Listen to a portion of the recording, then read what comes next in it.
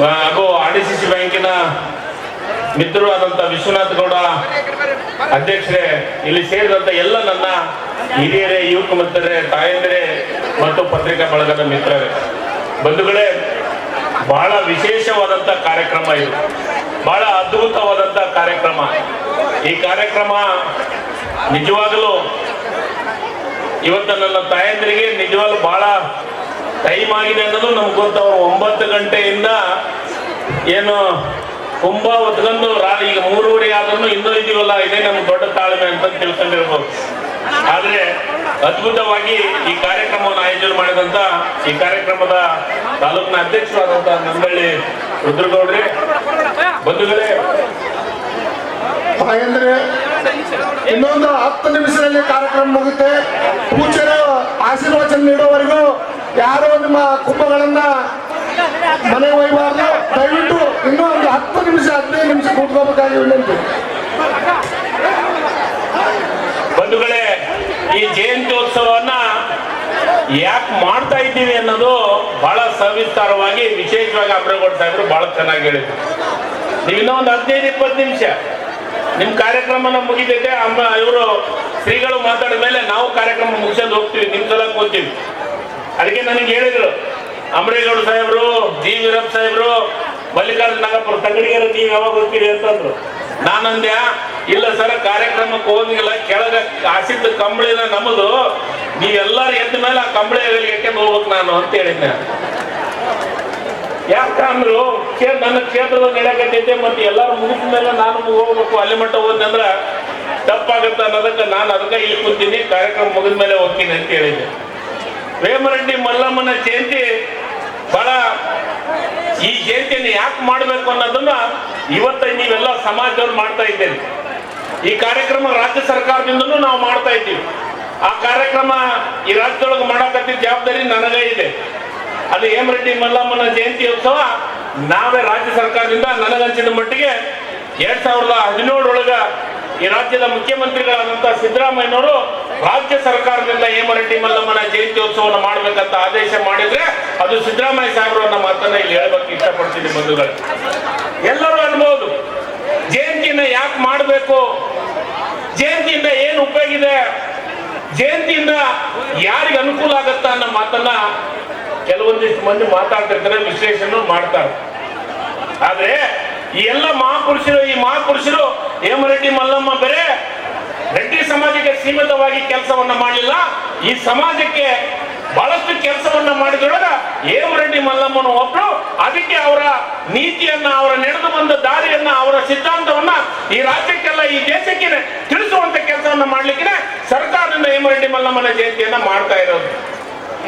ಒಂದಿಷ್ಟು ವಿಚಾರಗಳನ್ನ ಮಾತಾಡಿದ್ರು ಕೃಷ್ಣಾರೆಡ್ಡಿ ಅವರು, ಮಾತಾಡಿ ನಮ್ಮ ಉಪನ್ಯಾಸಕರು ಆದಂತ ನಮ್ಮ ಕೃಷ್ಣಾನಂದ ಶಾಸ್ತ್ರಿಗಳು ಮಾತಾಡಿದ್ರು.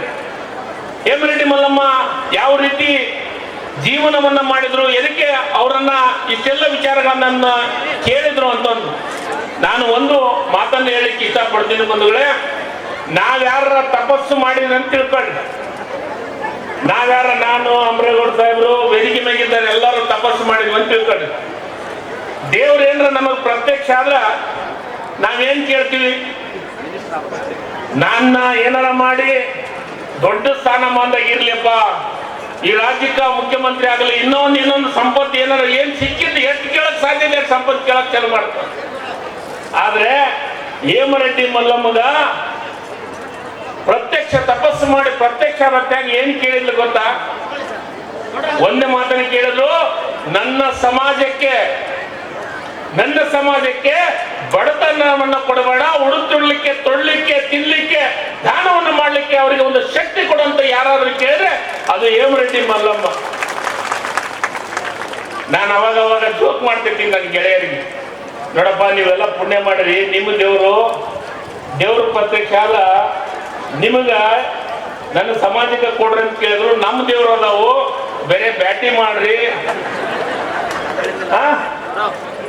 ದೇವ್ರು ಬ್ಯಾಟಿ ಮಾಡ್ರಿ, ಊರ್ ಮಂದಿನೆಲ್ಲ ಕರೆಸಿ ಊಟ ಮಾಡಿಸಿ ಮತ್ತೆ 1 ತಿಂಗಳ ಗುಳೆ ಹೋಗ್ರಿ, 1 ವರ್ಷ ಗುಳೆ ಹೋಗ್ರಿ ಅಂತ ನಮ್ ದೇವ್ರು ಕೇಳವು. ಎಂತದಂತ ನನ್ನ ಗೆಳೆಯರ ಜೊತೆ ನಾನು ಚರ್ಚೆ ಮಾಡ್ತಿರ್ತೀನಿ. ನೋಡ್ರಿ, ಇಂಥ ಒಬ್ಬ ಮಲ್ಲಮ್ಮ ವೇಮನ ಬಗ್ಗೆ ಮಾತಾಡಿದ್ರು. ವೇಮನ ಒಂದು ಕಾಲದೊಳಗೆ ದಾಸರಾಗಿದ್ರು. ಆದ್ರೆ ಮತ್ತೊಮ್ಮೆ ಅವರು ಜೀವನ ಪರಿವರ್ತನೆ ಮಾಡಿ ಈ ದೇಶಕ್ಕೆ ದೊಡ್ಡ ದೊಡ್ಡ ಸಾಹಿತಿಗಳ ಸಾಧನೆಯೊಳಗೆ ನಿಲ್ಲುವಂತ ಶಕ್ತಿ ವೇಮನಿಗೆ ಬಂದಿದ್ದು ಮಲ್ಲಮ್ಮನ ಒಂದು ಆಶೀರ್ವಾದ ಇಲ್ಲ ಅಂತ ಅನ್ನೋ ಮಾತನ್ನು ಇಲ್ಲಿ ಹೇಳಲಿಕ್ಕೆ ಇತಿಹಾಸ ಮತ್ತು ಪುರಾಣದೊಳಗೆ ಹೇಳುವಂತ ಕೆಲಸ ಆಗುತ್ತಾ ಇದೆ. ಇವತ್ತ ನಾನು ಬಹಳಷ್ಟು ನನ್ನ ಗೆಳೆಯರಿಗೆ ಮಾತಾಡ್ತಿರ್ತೀನಿ. ಯಾಕಂದ್ರೆ ಈ ರೆಡ್ಡಿ ಸಮಾಜ ಜೊತೆಗೆ ನನ್ನ ಆತ್ಮೀಯತೆ ಬಾಂಧವ್ಯ ಸ್ವಲ್ಪ ಜಾಸ್ತಿ. ಯಾವಾಗಾರ ಹೇಳೋ ಹೊತ್ತಾಗ ಹೇಳ್ತಿರ್ತೀನಿ, ಯಾರ ಬೆನ್ನಿಗೆ ಬಿಡ್ರಿ, ಯಾರ ಬೆನ್ನಿಗೆ ಬಿದ್ರೆ ಲಾಭ ಆಗಲ್ಲ, ರೆಡ್ಡಿಯರ ಬೆನ್ನಿಗೆ ಬಿದ್ರೆ ಸ್ವಲ್ಪ ಲಾಭ ಆಗಿತ್ತು. ಕಡೆಗೆ ನಮ್ಮ ಸಾಲಾರ ತಮ್ಮೋಲಾರ ಮಾಡಿ ಸೇರಿಸಿ ತೀರಿಸುವಂತ ಶಕ್ತಿ ಯಾರಿಗಾದ್ರು ಕೊಟ್ಟದೆ ಅಂದ್ರೆ ಅದು ರೆಡ್ಡಿ ಸಮಾಜಕ್ಕೆ ಕೊಟ್ಟಂದ್ರೆ ನಿಜವಾಗಲೂ ಹಾಳುವಂತ ಶಕ್ತಿ. ಇನ್ನೊಂದು ಕಾಲ ಇತ್ತು, ಈಗಲೂ ಇದೆ. ಅತಿ ಹೆಚ್ಚು ಶಾಸಕರು ಈ ರಾಜ್ಯದೊಳಗೆ ಅತಿ ಹೆಚ್ಚು ಶಾಸಕರು ಆಗಿದ್ದು ಯಾವ್ದಾದ್ರು ಇತಿಹಾಸ ಇದ್ರೆ ಅದು ರೆಡ್ಡಿ ಸಮಾಜದವರಂತ ಇತಿಹಾಸದೊಳಗೂ ಬರೆದಿದೆ, ಅದು ಇತಿಹಾಸನೂ ಇದೆ. ಯಾಕೆ ಈ ಮಾತು ಹೇಳ್ತೀನಿ ಅಂದ್ರೆ ಸತ್ಯ 70-80 ಮಂದಿ ಈ ರಾಜ್ಯದೊಳಗ ಶಾಸಕರಾಗ್ತಿದ್ರು ಅಂದ್ರೆ ಅದ್ರಾಗ ರೆಡ್ಡಿ ಸಮಾಜ ಪ್ರಮುಖ ಸ್ಥಾನವನ್ನ ಪಡಿತಿದ್ರು. ಅದಕ್ಕೆ ನನಗೆ ಅಮರೇಗೌಡ ಸಾಹೇಬ್ರು ಏನಾರ ಅಂತಿರ್ತಾರೆ, ನನಗನು ನಾನು ಏನ್ರ ಹೇಳಕ್ ಹೋದ್ನೆ ಅಂದ್ರ ಕಠಿಣ ಐತಿ ಬಿಡು, ಸುಮ್ಮಿದ್ ಬಿಡು, ರೆಡ್ಡಿಯರಿಗೆ ಹೊಲ ತೋರಿಸ್ಬಾರ್ದು, ಒಡ್ರಿಗೆ ಗುಡ್ಡ ತೋರಿಸ್ಬಾರ್ದು ಅಂತ ಆಗ್ಲಿಲ್ಲ. ನಾನು ಈಗ ನನ್ನ ಮೆತ್ತಗೆ ಮಾಡ್ಬಿಡ್ತಾರೆ ನಮ್ಗ. ಆದ್ರೆ ಈ ಸಮಾಜ ತನಗೆ ತಂದೆ ಆದಂತ ಕೊಡುಗೆಯನ್ನು ಕೊಟ್ಟು ಯಾರು ಬೇಕಾದ್ರೆ ಏನ್ ಬೇಕಾದ್ರೂ ಹೇಳ್ಬೋದು. ಸಮಾಜ, ರೆಡ್ಡಿ ಸಮಾಜ ಬಹಳಷ್ಟು ಜನರಿಗೆ ಸಹಾಯ ಸಹಕಾರವನ್ನು ಮಾಡುವಂತ ಕೆಲಸ ಮಾಡಿದೆ. ಸಮಾಜಕ್ಕೆ ತಂದೆ ಆದಂತ ಕೊಡುಗೆಯನ್ನ ಕೊಟ್ಟಿದೆ. ಅದರ ಜೊತೆಗೆ ಇವತ್ತು ಈ ದೊಡ್ಡ ಕಾರ್ಯಕ್ರಮ ಆಗ್ತಾ ಇರೋದು ನಿಜವಾಗ್ಲೂ ಬಹಳ ಹೆಮ್ಮೆ ಪಡುವಂತ ಕೆಲಸ. ಯಾಕಂದ್ರೆ ಇವತ್ತ ಇಷ್ಟು ದೊಡ್ಡ ಪ್ರಮಾಣದಲ್ಲಿ ಅಮರೇಗೌಡ ಸಾಹೇಬರು ಬಂಧುಗಳೇನಂದ್ರು, ಏನಿದೆ ಇಷ್ಟಕ್ಕೊಂದು ಜನ ಸೇರಲ್ಲ, ರೆಡ್ಡಿ ಸಮಾಜದೊಳಗೆ ಇಷ್ಟು ದೊಡ್ಡ ರಾಜ್ಯ ಮಟ್ಟದ ಕಾರ್ಯಕ್ರಮ ಆದಾಗೈತಲ್ಲ ಅಂತಂದು. ನಾನು ಹೇಳಿದೆ, ಸರ್ ಈಗೆಲ್ಲರೂ ನಾವು ಒಗ್ಗಟ್ಟಾಗತ್ತೀವಿ, ನೀವು ಬಂದು ಭಾಷಣ ಮಾಡಿದ್ರೆ ಸಾಕು ಅಂತಂದು. ಆದ್ರೆ ಒಂದಂತೂ ಸತ್ಯ, ಅವಶ್ಯಕತೆ ಇದೆ. ಸಮಾಜ ಜಯಂತ್ಯೋತ್ಸವದ ಮುಖಾಂತರ ಹೇಮರೆಡ್ಡಿ ಮಲ್ಲಮ್ಮನ ಇತಿಹಾಸವನ್ನ ಯುವಕರಿಗೆ, ಯುವತಿಯರಿಗೆ, ಈ ಸಮಾಜಕ್ಕೆ ಸಾರುವಂತ ಕೆಲಸ ಮಾಡಬೇಕಾದಂತ ಅವಶ್ಯಕತೆ ಇದೆ. ಯಾಕಂದ್ರೆ ಇವತ್ತಿನ ಯುವಕರಿಗೆ ಇತಿಹಾಸ ಗೊತ್ತಿಲ್ಲ, ಬೇರೆ ಏನೇನೋ ತಲೆಯಾಗಿ ತುಂಬಿಕೊಂಡು ಜಾತಿಗಳ ಮಧ್ಯದೊಳಗ ಜಾತಿ ಕೆಲಸ ಸಂಘಟನೆ ಮಾಡತಕ್ಕಂತ ಈ ಒಂದು ಇತಿಹಾಸ ಪುರುಷರ ಸಮಾವೇಶವನ್ನು ಮಾಡೋದ್ರ ಮುಖಾಂತರ, ಜಯಂತ್ಯೋತ್ಸವ ಮಾಡೋದ್ರ ಮುಖಾಂತರ ಸಮಾಜಕ್ಕೆ ಒಂದು ಒಳ್ಳೆಯ ಸಂದೇಶವನ್ನು ಕೊಡುವಂತ ಕೆಲಸವನ್ನ ರೆಡ್ಡಿ ಸಮಾಜದ ತಾಲೂಕಿನೊಳಗಿರುವಂತ ಎಲ್ಲ ಇಬ್ಬರು ಮಾಡ್ತಾ ಇದ್ದೇವೆ. ನಿಮಗೆ ನಿಜವಾಗ್ಲೂ ವಿಶೇಷವಾದಂತ ಅಭಿನಂದನೆಗಳನ್ನ ಹೇಳಲಿಕ್ಕೆ ಇಷ್ಟಪಡ್ತೀನಿ ಬಂಧುಗಳೇ. ಇದರ ಜೊತೆಗೆ ಇವತ್ತ ನಮ್ಮೆಲ್ಲ ಹಿರಿಯರು ಸೇರಿ ಇವತ್ತೇನು ಜಯಂತ್ಯೋತ್ಸವ ಮಾಡೋದ್ರ ಮುಖಾಂತರ ಒಂದು ಯುವಕರಿಗೆ ಒಂದು ಒಳ್ಳೆ ಸಂದೇಶವನ್ನು ಕೊಡ್ತಾ ಇದ್ರು. ಮುಂದಿನ ದಿನಮಾನದೊಳಗ ಈ ಸಮಾಜ ಬರೇ ಜಯಂತ್ಯೋತ್ಸವ ಜೊತೆಗೆ ಮಾಡೋದಲ್ಲ, ಜಯಂತ್ಯೋತ್ಸವ ಜೊತೆಗೆ ಸಮಾಜದ ಸಂಘಟನೆ ಆಗ್ಬೇಕು. ಸಮಾಜದ ಸಂಘಟನೆ ಜೊತೆಗೆ ಸಮಾಜಕ್ಕೆ ಶಿಕ್ಷಣವನ್ನ ಕೊಡುವಂತ ಕೆಲಸ ಆಗ್ಬೇಕು. ಶಿಕ್ಷಣದ ಜೊತೆಗೆ ಶಿಕ್ಷಣ ಸಂಸ್ಥೆಯನ್ನ ಕಟ್ಟುವಂತ ಕೆಲಸ ಈ ಸಮಾಜ ಮುಂದಾಗಬೇಕು ಅನ್ನೋ ಮಾತನ್ನ ಇಲ್ಲಿ ಹೇಳಿಕ್ಕೆ ಇಷ್ಟಪಡ್ತೀನಿ ಬಂಧುಗಳೇ. ನಾನಂತೂ ಯಾವಾಗಲೂ ಸಮಾಜ ಜೊತೆಗಿರ್ತೀನಿ. ನಾನು ಭಾಷಣ ಮಾಡಿ ನಾನು ಆಶ್ವಾಸನೆ ಕೊಡೋದಲ್ಲ, ರೆಡ್ಡಿ ಸಮಾಜ ಜೊತೆ ಯಾವಾಗಲೂ ಇರ್ತೀನಿ. ಸಮಾಜದ ಒಬ್ಬ ಬಂಧು ಆಗಿ, ಸಮಾಜದ ಒಬ್ಬ ಮಿತ್ರನಾಗಿ ನಿಮ್ಮ ಜೊತೆಗಿದ್ದು ಯಾವುದೇ ರೀತಿ ಯಾವುದೇ ಕೆಲಸಕ್ಕೂ ನಿಮ್ಮ ಜೊತೆಗಿದ್ದು ಸಹಕಾರ ಮಾಡುವಂತ ಕೆಲಸವನ್ನು ಪ್ರಾಮಾಣಿಕವಾಗಿ ನಾನು ಮಾಡ್ತೀನಿ ಅನ್ನೋ ಮಾತನ್ನ ಇಲ್ಲಿ ಹೇಳಿ. ಯಾಕಂದ್ರೆ ಇನ್ನೂ ಭಾಳ ಟೈಮ್ ಆಗಿದೆ, ಎಲ್ಲ ನನ್ನ ಟೈಮ್ ಇಲ್ಲೇ ಪಕ್ಕಕ್ಕೆ ಬಂದು ಕೂತಾರೆ. ನನಗಂಜಿದ ಮಟ್ಟಿಗೆ ನಾನು ಚೇರಿ ಕುಂದ್ರಕ್ಕಿಂತ ಮೊದಲ ಕುಂಭ ತಗೊಂಡು ಹೋಗ್ತಾರೋ ಗೊತ್ತಿಲ್ಲ. ದಯಮಾಡಿ ಶ್ರೀಗಳು ಒಂದೆರಡು ಮಾತುಗಳನ್ನು ಹೇಳಿ ಅದಾದ್ಮೇಲೆ ಟೈಮ್ ಆಗಿದೆ, ನಮಗೆ ಗೊತ್ತಾಗ್ತಾ ಇದೆ. ಕೊಟ್ಟಿದ್ದು ದೇವಸ್ಥಾನ ಕೊಟ್ಟಿದ್ದು ಈ ಸತಿ ಹೇಳಕ್ ಬೇಡ ನಾನು.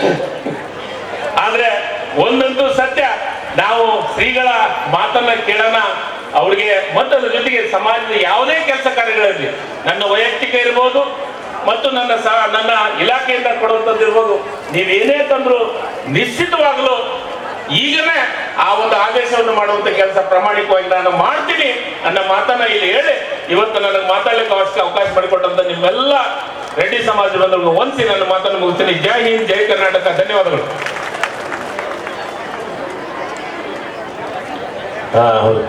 ಧನ್ಯವಾದಗಳು. ಇನ್ನೂ 2 ಕಾರ್ಯಕ್ರಮಗಳಿವೆ.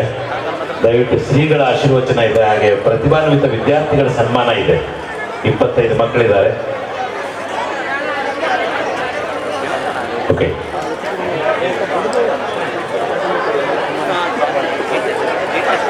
ಹಾಗೆ ಪ್ರತಿಭಾ ಸನ್ಮಾನ. ವಿದ್ಯಾರ್ಥಿಗಳ ದಯವಿಟ್ಟು ವೇದಿಕೆ ಬರಬೇಕು ಅಂತ ಹೇಳಿ ವಿನಂತಿ ಮಾಡಿಕೊಳ್ತಾ ಇದ್ದೇವೆ. ಈ ಕಾರ್ಯಕ್ರಮವನ್ನು ನಡೆಸ್ಕೊಡ್ಬೇಕು ಅಂತ ಹೇಳಿ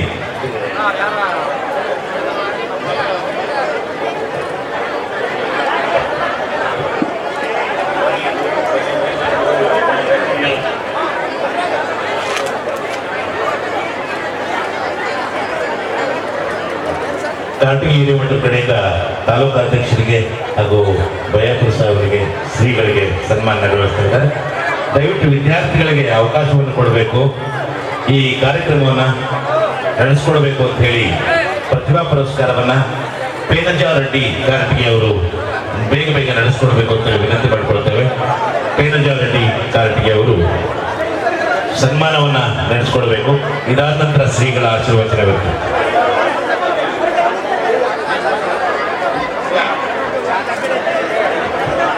2024-25ನೇ ಸಾಲಿನ ಎಸ್ಎಸ್ಎಲ್ಸಿಯಲ್ಲಿ ಶೇಕಡ 90ಕ್ಕಿಂತ ಹೆಚ್ಚು ಅಂಕ ಪಡೆದ ರೆಡ್ಡಿ ಸಮಾಜದ ವಿದ್ಯಾರ್ಥಿಗಳಿಗೆ ಶ್ರೀ ಹೇಮವೇಮ ರೆಡ್ಡಿ ಸಮಾಜ ಸೇವಾ ಟ್ರಸ್ಟ್ ಇಂದ ಪ್ರಶಸ್ತಿ ವಿತರಣೆ. ಒಂದು ನಿಮಿಷ ಮೇಡಮ್, ದಯವಿಟ್ಟು ತಾಯಂದ್ರಲ್ಲಿ ಒಂದು ವಿನಂತಿ, ಒಬ್ಬರು ಕಾರಟಗಿ ಅವ್ರಿಗೆ ದಾರಿ ಬಿಡಿ ಮಕ್ಕಳಿಗೆ. ಸಿಂಚನ ತಂದೆ ಕಲ್ಲಂಗೌಡ ಬೇವಿನಾಳ್, ಭಾಗ್ಯಶ್ರೀ ತಂದೆ ಅಂಬರೇಗೌಡ ಶಿವನಗುತ್ತಿ ಹುಳಿಕ್ಯಾಳ್, ಅನುಷಾ ತಂದೆ ಬಸವರಾಜ್ ಹುಳಿಕ್ಯಾಳ್,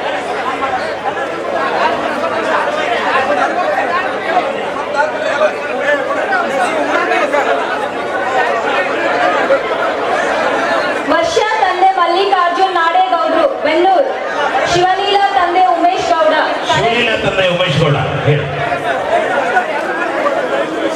ಸಿಂಚನ ತಂದೆ ಕಲ್ಲಂಗೌಡ ಬೇವಿನಾಳ್,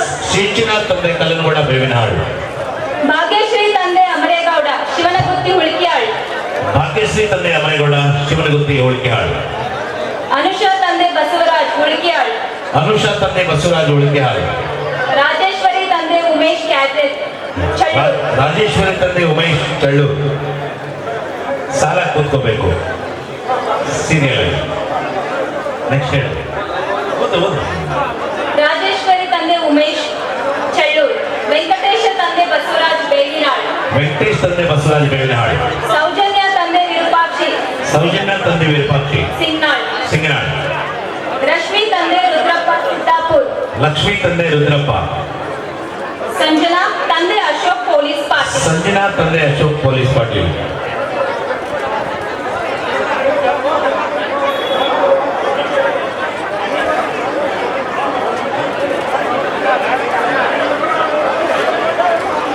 ಅಭಿಷೇಕ್ ತಂದೆ ಸೋಮಶೇಖರ್, ಅಭಿಷೇಕ್ ತಂದೆ ಶಿವರೆಡ್ಡಿ, ವರ್ಷ ತಂದೆ ಶರಣಪ್ಪ, ಪಲ್ಲವಿ ತಂದೆ ಶಶಿಧರ್,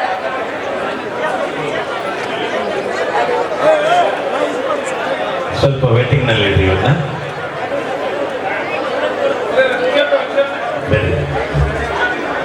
ಓಕೆ, ದಯವಿಟ್ಟು ಗಣ್ಯಮಾನ್ಯರು ಈ ಪ್ರತಿಭಾನ್ವಿತ ವಿದ್ಯಾರ್ಥಿಗಳಿಗೆ ಗೌರವವನ್ನು ಸಮರ್ಪಿಸಬೇಕು ಅಂತ ಹೇಳಿ ಕೋರ್ತಾ ಇದ್ದೀವಿ.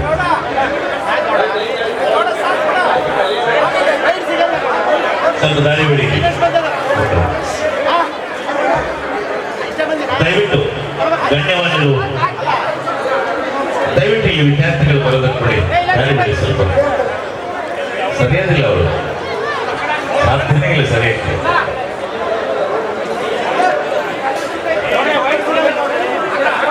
ಪಲ್ಲವಿ ತಂದೆ ಶಶಿಧರ್, ಮೂಮೆಂಟ್ ಕೊಡ್ರಿ.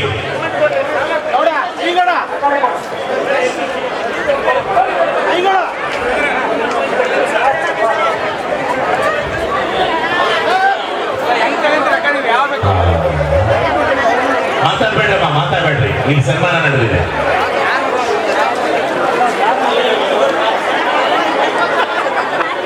ಐದು ನಿಮಿಷ ಆಗಿದ್ರೆ ಮುಗಿತಿತ್ತು.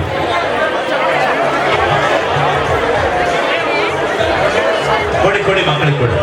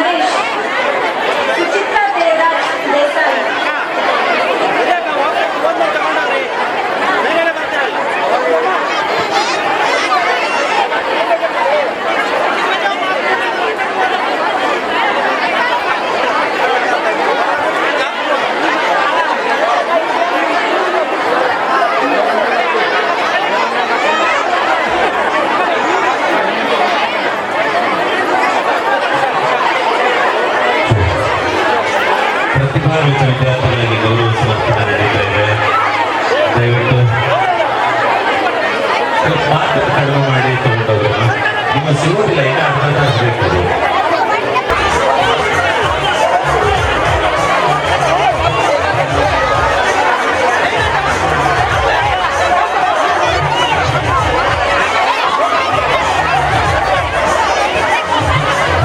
SSLC ಹಾಗೂ PUCಯಲ್ಲಿ ಅತಿ ಹೆಚ್ಚು ಅಂಕ ಬಂದಿರುವಂತ SSLC ಮಾತ್ರ.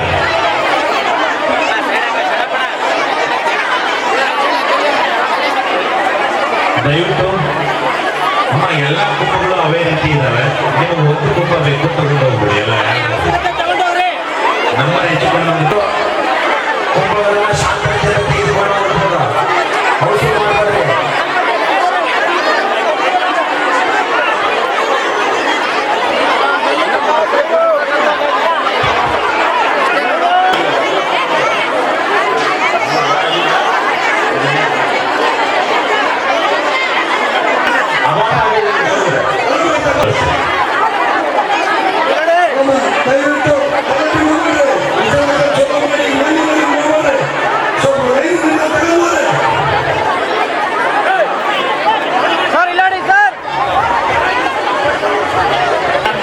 ಆ ಮೈಕ್ ಕೊಡಿ, ಎಲ್ಲಿ ಕೊಟ್ಟಿದ್ದು ಯಾರು ತಗೊಂಡಿಲ್ಲ.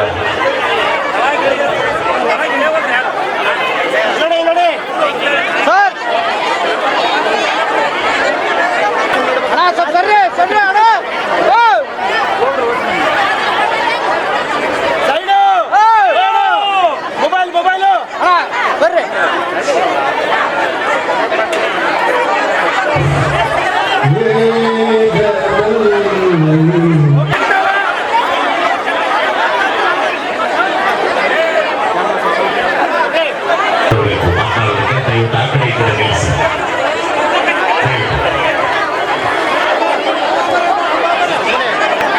ಸಾಧ್ಯ ಇವರೆಡೆಲ್ಲರನ್ನು ಮಹಾಯೋಗಿ ವೇಮನರನ್ನು ಸ್ಮರಿಸಿಕೊಂಡು ತುಂಬಾ ಆನಂದ ಆಗುತ್ತೆ ಮಾತಾಡೋದಕ್ಕಿಂತ. ಎಲ್ಲ ವೇದಿಕೆ ಮೇಲೆ ಬನ್ನಿ ಸರ್.